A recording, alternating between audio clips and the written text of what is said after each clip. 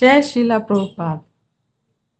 नमो विष्णुपादाय कृष्णपृष्ठाय भूतले श्रीमते भक्ति वेदांत स्वामिन्निति नामिने नमस्ते सरस्वती देवी गौरवाणी प्रचारिणे निर्विशेष शून्यवादी पाश्चात्य देश तारिणे जय श्री कृष्ण चैतन्य प्रभु नित्यानंदा श्री अद्वैत गदाधर श्रीवासादि गौर भक्ति वृंदा। हरे कृष्णा कृष्णा कृष्णा हरे हरे हरे राम राम राम हरे हरे। हरे कृष्णा कृष्णा कृष्णा हरे हरे हरे राम राम राम हरे हरे। हरे कृष्णा कृष्णा कृष्णा हरे हरे हरे राम राम राम हरे हरे। जय शिला प्रभुपाद। जय Shri Prabhupada. We are reading on the way to Krishna chapter 2। अब इसमें आज जो हम वर्स करेंगे वह है भगवद गीता 15.6। अच्छा, इसके पहले जो हमने 18.55 किया था ना, उसमें एक स्टेटमेंट थी ना प्रभुपाद जी की कि श्रीमद् भागवतम में भी ये चीज कंफर्म होती है कि लिबरेशन का बेसिक मीनिंग यही है कि इंडिविजुअल अपनी स्वरूप में स्थित हो जाए, है ना। मैंने कहा था ना उससे मैं कुछ एक्सट्रैक्ट्स लाऊंगी, तो मैं उस पर रिसर्च की, उस पर बहुत सारा कंटेंट है, तो मैं उसमें से कुछ कंटेंट लेकर के उसको हम आगे देख लेंगे। ठीक है, मैं नोट करके रख रही हूँ, तो उसको फिर हम आगे करेंगे। एक वो वाला पार्ट इसमें पेंडिंग है जिसको हमें थोड़ा और गहराई से देखना है। ठीक है, तो फिलहाल हम इसीलिए क्या है कि ये जो नेक्स्ट श्लोक है ना, आज हम ये पिक कर रहे हैं 15.6। ये है चैप्टर 15। चैप्टर का नाम है पुरुषोत्तम योग। ठीक है, और इसमें भगवान अपने धाम के विषय में बता रहे हैं इस स्पेसिफिक श्लोक में। न तद भास्यते सूर्यो न शशांको न पावकः यद गत्वा न निवर्तन्ते तद धाम परमम मम। इसको गा के कैसे करोगे? इसको गा करके याद करना। न तद भास्यते सूर्यो न शशांको न पावकः यद गत्वा न निवर्तन्ते तद धाम परमम मम। ठीक है, इससे पहले वाला भी आपको याद होगा, मैंने कहा था मैं ग्रुप में भेजूंगी ये वाला ना। भक्त्या माम अभिजानाति यावान याश्चास्मि तत्वतः ततो माम तत्वतो ज्ञात्वा विशते तद अनंतरम। इसको इंग्लिश वाला ही देखना। ठीक है, ध्यान रखना जब आप रेसिटेशन करोगे ना, इंग्लिश में जैसे संधि विच्छेद करके दिया ना, ये बेस्ट तरीके से प्रभुपाद जी ने यहाँ दिया है, तो उसको आपको फ्लो में गाने में इजी रहेगा, तोड़ तोड़ के आप पढ़ पाओगे। ठीक है, मैं उसका ग्रुप में नहीं भेज पाई थी इसलिए मैंने वापस अभी बता दिया। अब यहाँ देखिए इस श्लोक में क्या कह रहे हैं भगवान Shri Krishna. That supreme abode of mind is not illumined by the sun or moon nor by fire or electricity. Those who reach it never return to this material world. ठीक है, वे कह रहे हैं कि वह मेरा परम धाम न तो सूर्य या चंद्र के द्वारा प्रकाशित होता है और न अग्नि या बिजली से। जो लोग वहां पहुंच जाते हैं वे इस भौतिक जगत में फिर से लौट कर नहीं आते। ठीक है, The spiritual world, the abode of the Supreme Personality of Godhead Krishna, which is known as Krishna Lok, Golok Vrindavan, is described here. तो यहाँ पर भगवान का जो परम धाम है आध्यात्मिक जगत में, जिसे कृष्ण लोक या गोलोक वृंदावन कहते हैं, उसके विषय में बताया। In the spiritual sky, there is no need of sunshine, moonshine, fire or electricity because all the planets are self-luminous. ये बहुत important है। तो ये जो स्पिरिचुअल स्काई है इसको कहती है हिंदी में चिन्मय आकाश। ठीक है, इसमें ना तो सूर्य प्रकाश की आवश्यकता है, न ही चंद्र के प्रकाश की, न अग्नि की, न बिजली की, क्योंकि सारे लोग स्वयं प्रकाशित है, सेल्फ ल्यूमिनस। अब आगे क्या बता रहे हैं? We have only one planet in this universe, the sun, which is self-luminous, but all the planets in the spiritual sky are self-luminous. तो ये जो ब्रह्मांड है ना, हमारे इस ब्रह्मांड में केवल एक ही ऐसा प्लैनेट है जो कि सेल्फ ल्यूमिनस है, स्वयं प्रकाशित होता है।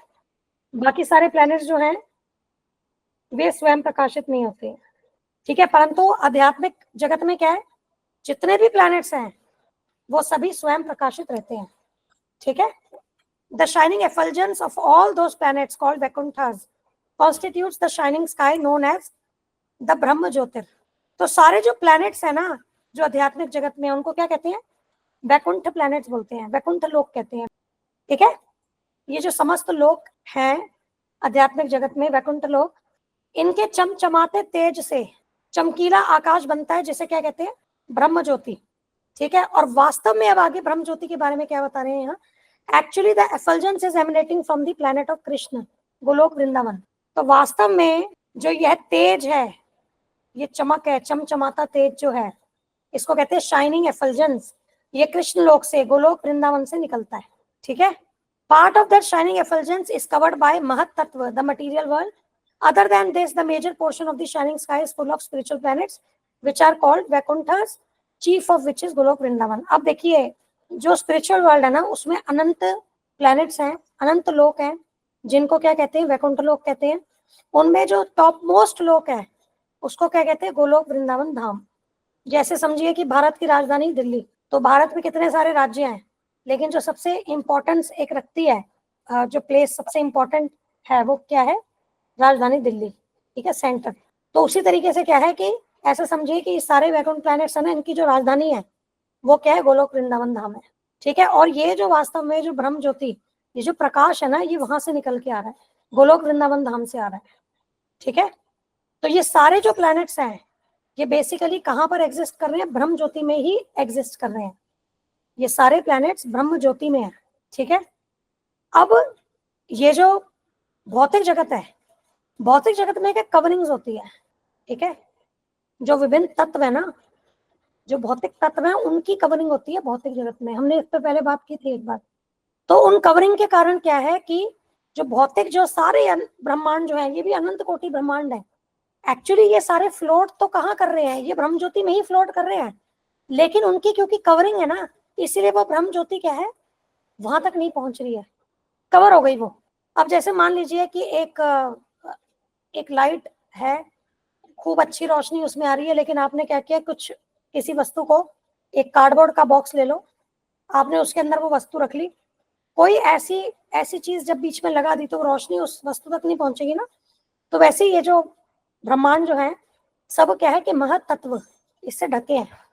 महत तत्व बेसिकली ये समझो कि जो भी sum total of all material element, जिससे मटेरियल वर्ल्ड बना है, तो बेसिकली उनकी कवरिंग होती है, ठीक है। तो इस कारण क्या है कि ये जो ब्रह्म ज्योति की रोशनी है ये मटेरियल यूनिवर्सेस तक नहीं पहुंचती। इसीलिए जो ये विभिन्न ब्रह्मांड है, भौतिक ब्रह्मांड है, यहाँ हमें सूर्य की, चंद्रमा की, अग्नि की और बिजली की आवश्यकता होती है रोशनी के लिए, जबकि जो वैकुंठ प्लैनेट्स हैं वो स्वयं ही प्रकाशित रहते हैं, तो वहां पर इन सब की आवश्यकता नहीं होती है, ठीक है। As long as a living entity is in this dark material world, he is in conditioned life. But as soon as he reaches the spiritual sky, by cutting through the false, perverted tree of this material world, he become liberated. अब ये जो भौतिक जगत है ना, ये bye constitution ही क्या है, अंधकार में है, डार्क है बाय कॉन्स्टिट्यूशन। अब कैसे डार्क है, एक तो कवरिंग से डार्क है और दूसरा क्या है, अज्ञानता से डार्क है ना। एक तो कवरिंग के कारण अंधकार में हो गया और दूसरा अज्ञानता के कारण अंधकार में हो गया। और यहाँ पर सभी जीव क्या है, ये बद्ध अवस्था में रहते हैं, कंडीशनड। हमने बात की थी कंडीशन डिटेल में क्या होती है। और ये इस भौतिक जगत को क्या बताया है, विकृत वृक्ष है ये, एक तरीके से आध्यात्मिक जगत का मतलब परवर्टेड रिफ्लेक्शन। जो वास्तविक, अब जैसे किसी जलाशय के पास जो पेड़ होता है वो उसका प्रतिबिंब उल्टा दिखता है ना, अब वो रियल तो नहीं होता वो प्रतिबिंब, है ना, वो फॉल्स है वो इमेज। और रियलिटी क्या है, रियलिटी तो वो वृक्ष है। इसी तरीके से हमारी जो वास्तविक जो रियलिटी है ना वो आध्यात्मिक जगत है। और ये जो भौतिक जगत है ना, ये अगर हम आध्यात्मिक जगत को एक वृक्ष से अगर हम उसकी तुलना करें तो वृक्ष का विकृत जो रूप है ना वो यह भौतिक जगत है, ठीक है। लेकिन भौतिक जगत मिथ्या नहीं है, ठीक है। एक फिलोसफी मायावादी कहते हैं ब्रह्म सत्य जगत मिथ्या, तो वैष्णव फिलोसफी ऐसा नहीं कहती है।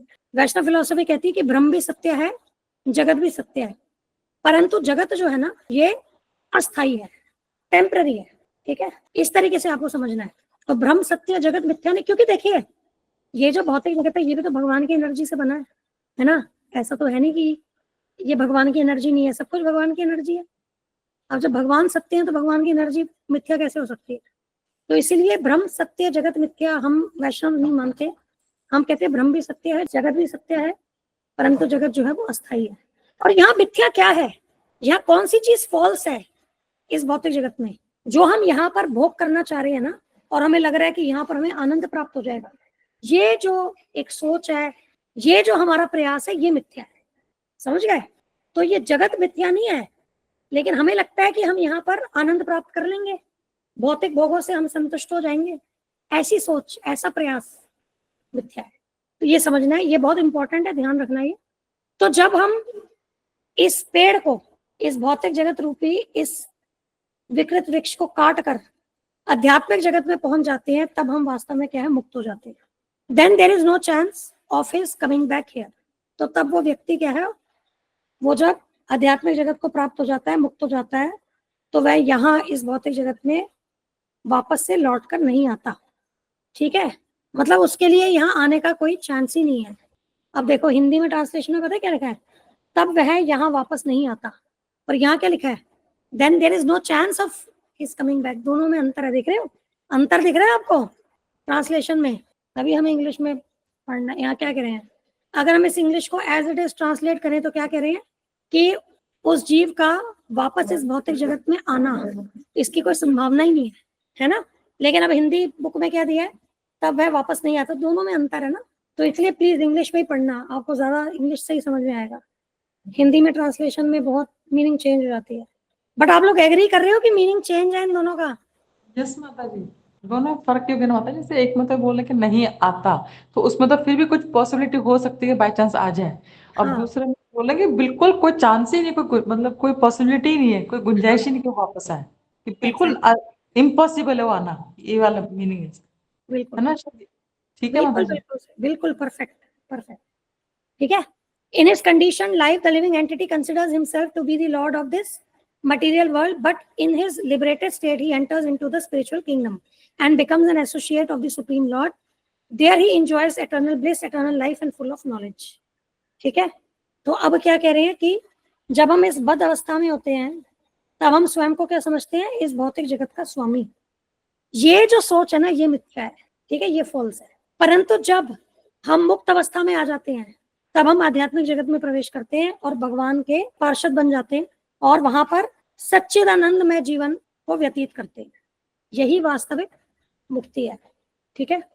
अब वही बात है कि किसी से जाकर के वो बात करो ना कि एक वैकुंठ जगत भी होता है, कहते हैं हम कैसे मान लें, हम कैसे मान लें जो हमने देखा नहीं। अब ये हमें क्या शास्त्रों से ये नॉलेज मिल रही है, भगवान स्वयं बता रहे हैं कि भगवान का अपना धाम है। आगे क्या कह रहे हैं यहाँ Prabhupada ji, one should be captivated by this information, he should desire to transfer himself to that eternal world and extricate himself from this false reflection of reality.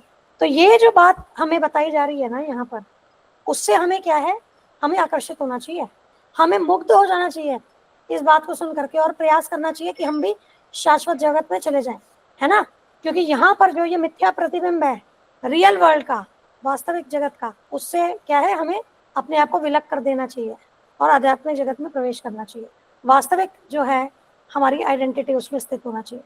For one who is too much attached to this material world, it is very difficult to cut that attachment. But if it takes to Krishna consciousness, there is a chance of gradually becoming detached.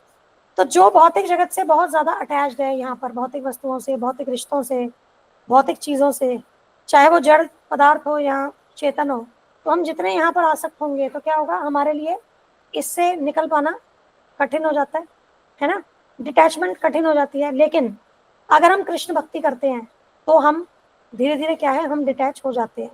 क्योंकि क्या होता है, भागवतम में एक श्लोक आता है, उसमें आता है कि जब हम हरि कथा सुनते हैं ना, तब ज्ञान और वैराग्य दोनों स्वतः ही प्रकट हो जाते हैं। कैसे आता है ये चीज, इसको प्रभुपाद जी बड़ा टेक्निकली बताते हैं। अब ज्ञान उसको आ जाता है कि भाई भौतिक ज्ञान और आध्यात्मिक ज्ञान में वो भेद समझ पाता है ना।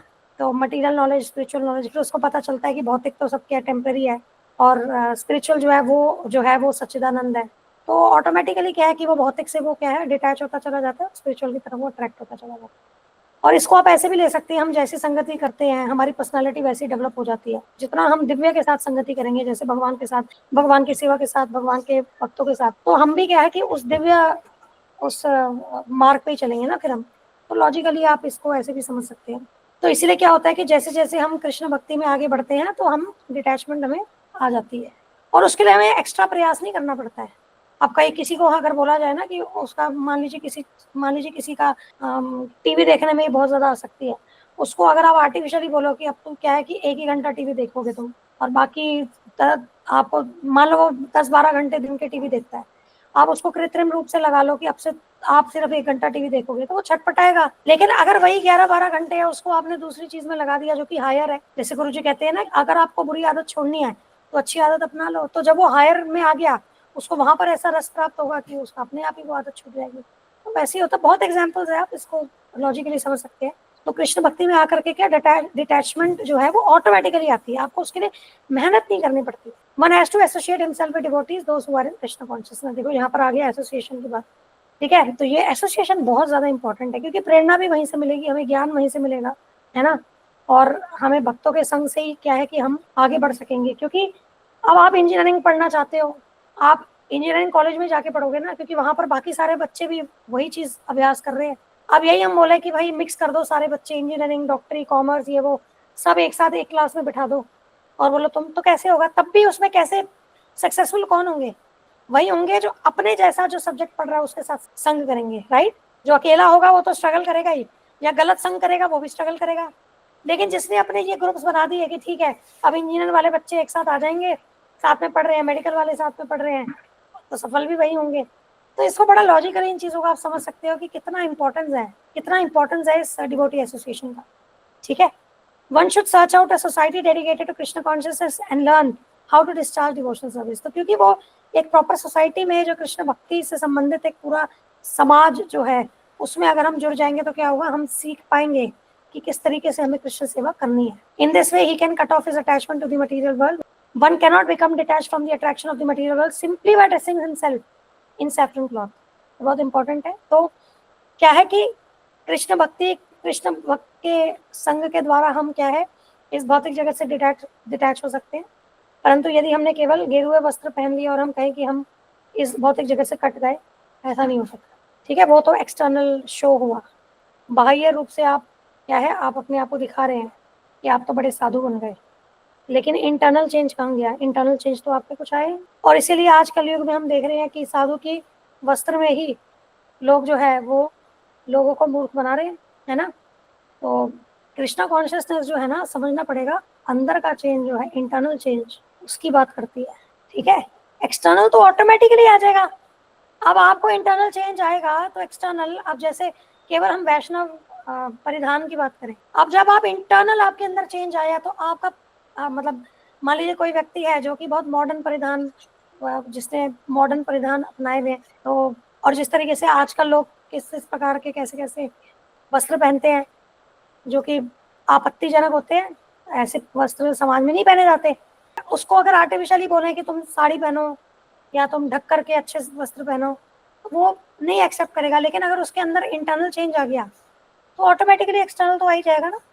तो वो सारा जो ट्रांसफॉर्मेशन है ना वो एक्चुअली इंटरनल अंदर से शुरू होगा, ठीक है। ट्रांसफॉर्मेशन इंटरनल स्टार्ट होगा। जी माता जी। ठीक है। और दूसरी चीज एक और भी समझनी है कि कई बार आप ऐसा भी है, आप देखेंगे कि कई लोग प्रयास कर रहे हैं लेकिन बार बार फेल हो रहे हैं, फिर प्रयास कर रहे हैं, फेल हो रहे हैं। परंतु उसमें भी आप ये समझो कि उसके बाद भी अगर वो संकल्प लेकर के वापस प्रयास कर रहा है, उसको भी आप इंटरनल चेंज के अंदर ही उस चीज को मानो। ऐसा ना मानो कि ये तो ढोंगी है, ये तो बाहर से दिखा रहे हैं। नहीं, वो प्रयास कर रहा है, वो भौतिक प्रकृति से लड़ रहा है। अब भौतिक प्रकृति जो हमें जन्म जन्मांतर उसने हमें क्या दबोच रखा है, तो उससे लड़ रहा है, तो उसको निकलने में समय भी लगेगा ना। कोशिश तो कर रहा है वो। उसमें भगवान कहते हैं ना कि ऐसे व्यक्ति को भी जो प्रयास कर रहा है, हो सकता है ओकेजनली वो क्या है कि कहीं वो फॉल करे, पतित हो जाए, लेकिन उसको भी साधु मानो क्योंकि उसका संकल्प दृढ़ है, ठीक है। तो ये ध्यान रखना।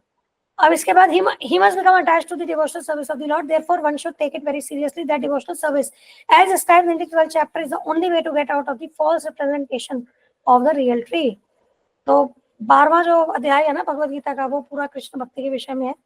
उस अध्याय का नाम दिया भक्ति योग। ठीक है, तो गंभीरता पूर्वक हमें क्या है कि भक्ति योग की प्रक्रिया को जानना होगा, उसे अपने जीवन में अपनाना होगा। इसी के द्वारा हम वास्तविक वृक्ष की इस मिथ्या अभिव्यक्ति से मुक्त हो सकेंगे। ठीक है, in chapter 14 the contamination of all kinds of processes by nature, by material nature is described, only devotional service is described as purely transcendental. तो 14वां अध्याय तो है ना, उसमें प्रकृति के गुणों के विषय में बताया है। ठीक है, तो 14वां अध्याय है प्रकृति के 3 गुण। तो बेसिकली प्रकृति के गुण ही है जो कि क्या है, सारा कलमश जो है इन प्रकृति के गुणों के कारण ही है। तभी यहाँ प्रभुपाद जी लिख रहे हैं कि 14 चैप्टर में ये सारी जो कंटेमिनेशन है ना भौतिक प्रकृति की, इसके विषय में बताया है। ठीक है, और यही एक्चुअली क्या है, कंटेमिनेशन के कारण ही हम यहाँ फंसे हैं। केवल ये जो भक्ति है ना, यही है only devotional services purely transcendental.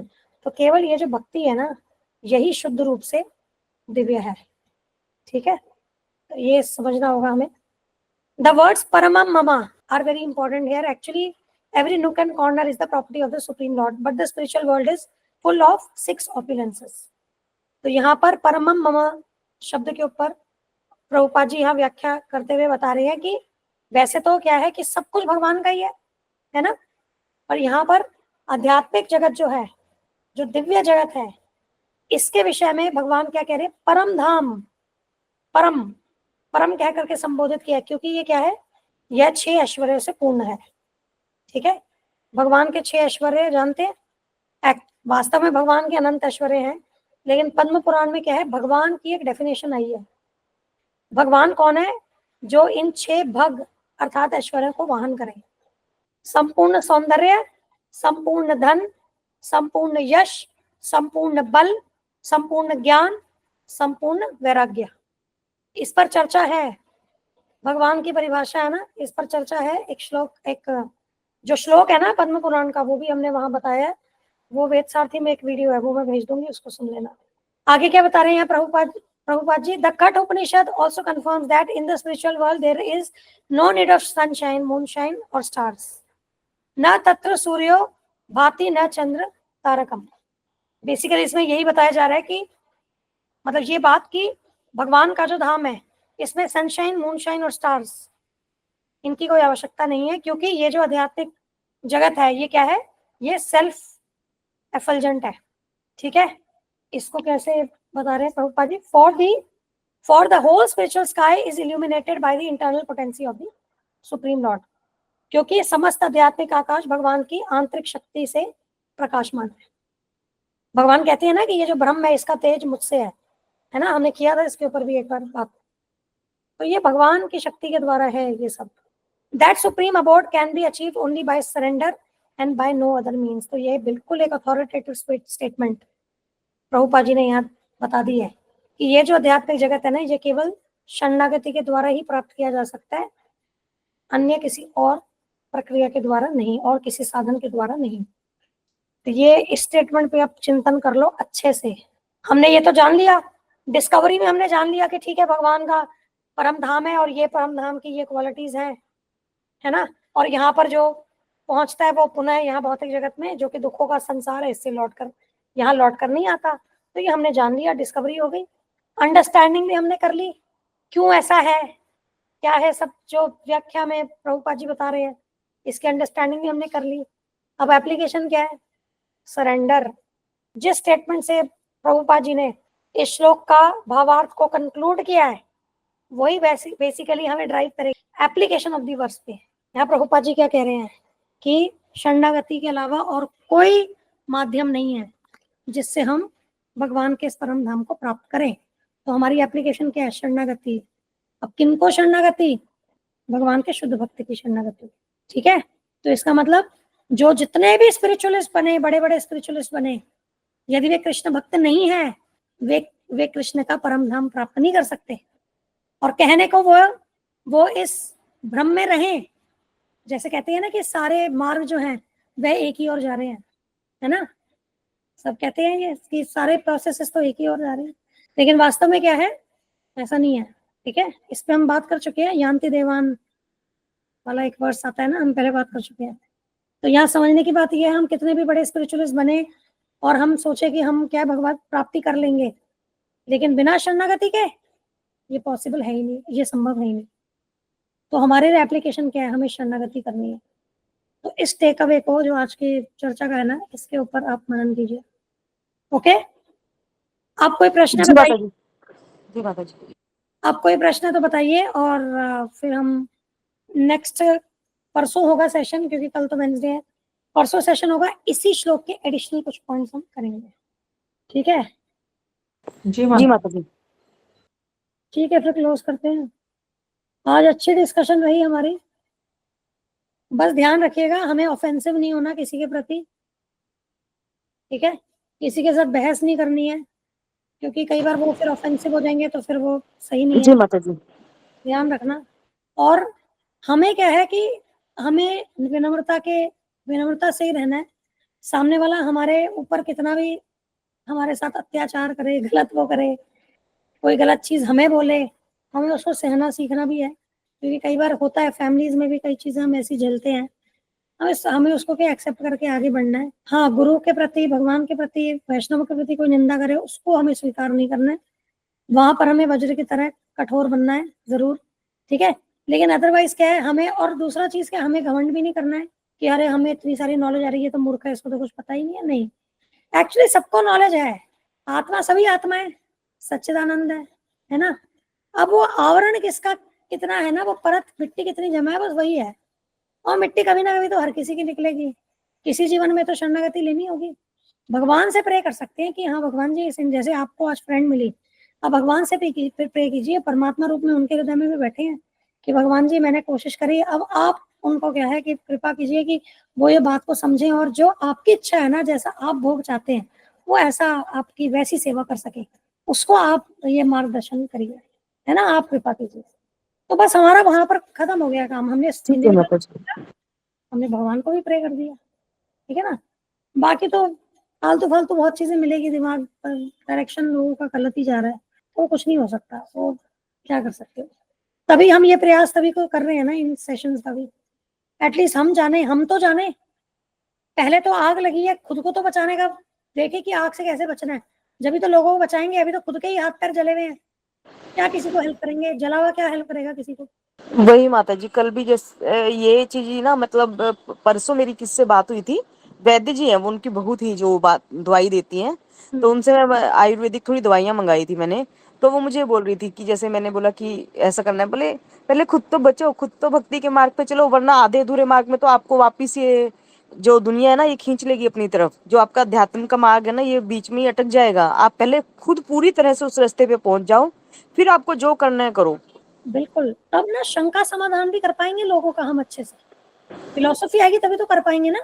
और जब खुद करेंगे, अब स्वयं करेंगे, तो हमारे व्यक्तित्व में भी वो प्रभाव आएगा। जैसे हमने क्या बात की, गुरुजी को देख करके जो माला नहीं करता होगा ना, कोई महामूर्ख भी होगा वो भी हरे कृष्णा बोल देगा, वो पर्सनालिटी, वो प्रभाव है, क्योंकि उन्होंने हर सांस, अपनी हर सांस में उस कृष्ण भक्ति को जिया है, वो हर सांस में वो कृष्ण भक्ति जी रहे हैं।